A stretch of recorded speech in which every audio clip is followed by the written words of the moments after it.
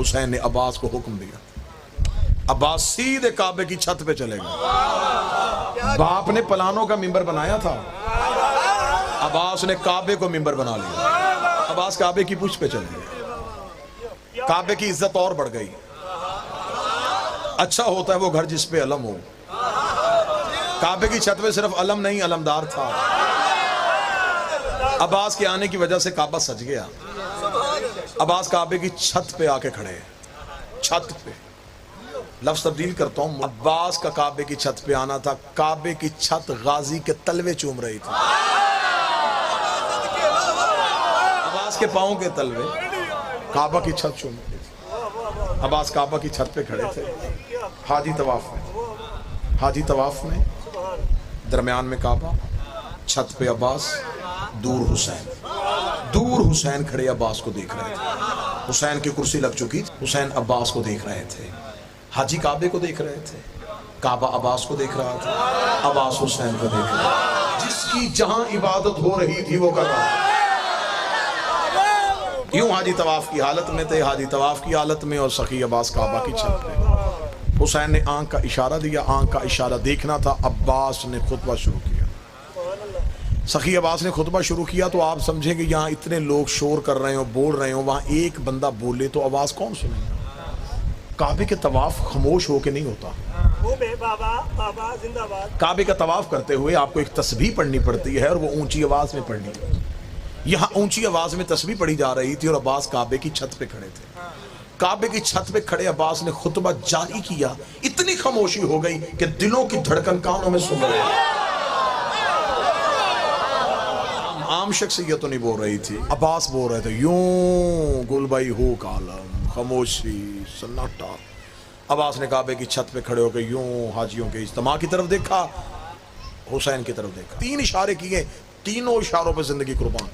عباس نے کہا الحمدللہ الذی شرف ھذا بیت بقدوم ابی، تعریف اس اللہ کی جس نے اس گھر کو اس کے بابے کے قدموں کی وجہ سے۔ یہ کہنے کے بعد سخی عباس نے اب اپنا بتانا تھا کہ ہم کون ہیں جو ابھی یہ سازش ہو رہی تھی۔ حسین کعبے کو چھوڑ کے چلے گئے، حسین کعبے کو چھوڑ کے چلے گئے۔ عباس نے جلال میں کہا من کان بیت الامس اصبح قبلۃ، یہ صرف گھر تھا، اسے قبلہ ہم نے کیا۔ گھروں کے طواف تو نہیں ہوتے نا، کمروں کی طرف منہ کر کے تو سجدہ نہیں ہوتا۔ عباس نے کہا یہ تو گھر تھا، اسے قبلہ ہم نے کیا۔ اسے سجدہ اینٹوں کی وجہ سے نہیں ہو رہا، ہماری وجہ سے۔ اسے سجدہ اس کی وجہ سے نہیں ہو رہا، ہماری وجہ سے ہو رہا۔ اس کی نسبت ہمارے ساتھ ہے۔ اگلی سطر بنتی ہی عباس کی تھی۔ میں پیرون شاہ جی ہمیشہ سوچتا تھا کہ مولا عباس کا انتخاب کیوں کیا اس خطبے کے لیے۔ عباس کے لہجے میں علی والا روب تھا، جلال تھا عباس کے لہجے میں۔ اب عباس اس بات میں جلال میں تھے کہ یہ لوگ کہہ رہے ہیں کہ ہم نے حسین کو حج نہیں پڑھنے دیا۔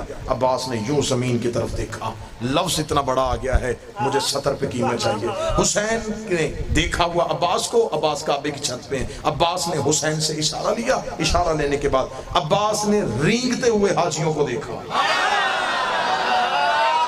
چلتے ہوئے تو کہہ نہیں سکتا، میں کیسے کہوں چل رہے تھے۔ جو حسین کو چھوڑ دے پھر انسانیت کے ساتھ تعلق کیا ہے؟ حسین عباس نے یوں رینگتے ہوئے حاجیوں کو دیکھا، رینگتے ہوئے حاجیوں کو دیکھے عباس کی علم کی قسم ہے غازی کا یہ جملہ نہ ہوتا میں ممبر پہ غلط پڑھوں، مجھے عباس معاف نہ کرے۔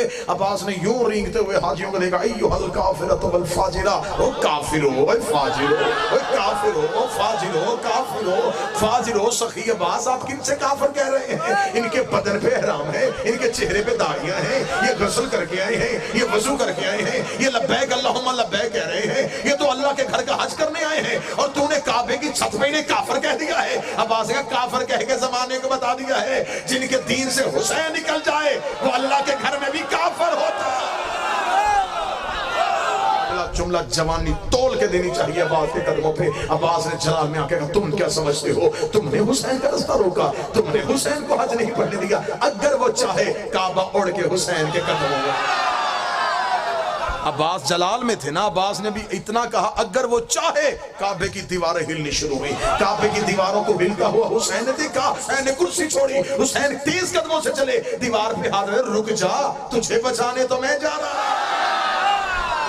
مولا عباس دے کے کہتے ہیں حجر اسود کو تم چومنے آئے ہو، حجر اسود میرے مولا کے ہاتھوں کو چومتا ہے۔ بڑا فصیح و بلی خطبہ، اگر حکم امام نہ ہوتا ہم تم پہ ایسے حملہ کر دیتے جیسے باز چڑیوں کے غول پہ آتا ہے۔ گرجدار خطبہ دیا۔